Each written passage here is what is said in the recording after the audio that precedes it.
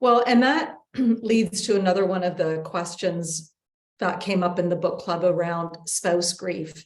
And the comment that was shared with me is that, no one's home, you're having single meals, you're adjusting to life alone.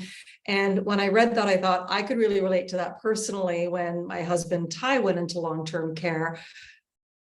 But the other thing is that I had two young kids that I had to take care of. So it wasn't single by myself in that regard, but you're still feeling single in that you don't have that partner there with you.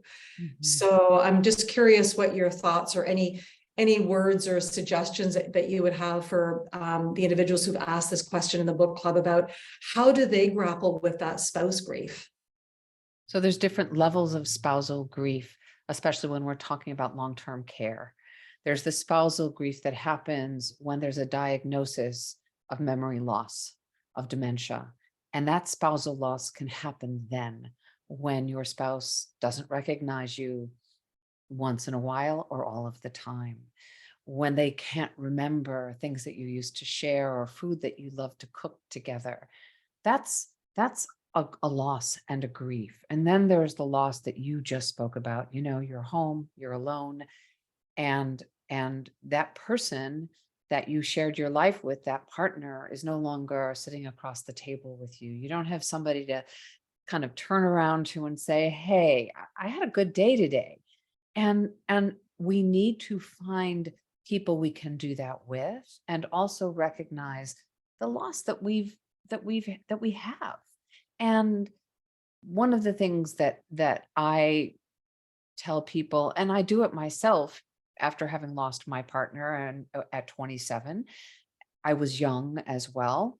And I didn't have any children at that point, is to think about what you might want to say to your spouse, even if they're not around, even if they've passed away.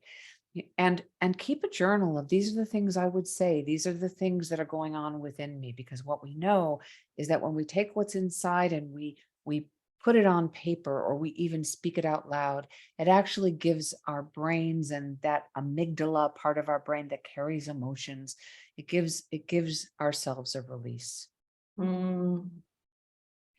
really like that. And it reminds me of, Ty was the cook in our family, so I wasn't even really allowed in the kitchen. And so when he lived in long-term care, I had to figure some stuff out.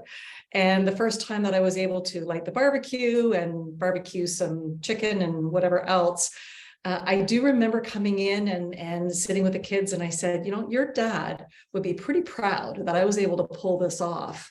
And it actually tastes pretty good too. And of course they would say, well, not as good as dad would have done it, right? That's right. Fair enough. Yeah. But it was like we included him in that conversation. And That's in right. a way that it wasn't about, oh, it's too bad that your dad's missing this meal. He would be so proud and would really enjoy that we're able to enjoy this. So what I love about that is you also turned a situation that was really hard on you and really hard on the kids.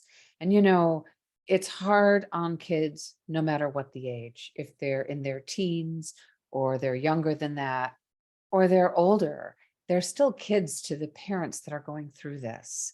And it's really important to be able to find something encouraging about maybe a changed behavior or a changed role, just like what you just described. So yeah, you became the cook, but then the kids reminded you, and rightly so, yeah, well, it wasn't as good as dad's. And it was their way of remembering their dad and his talents in the kitchen. And it was a way for all of you to hold your grief.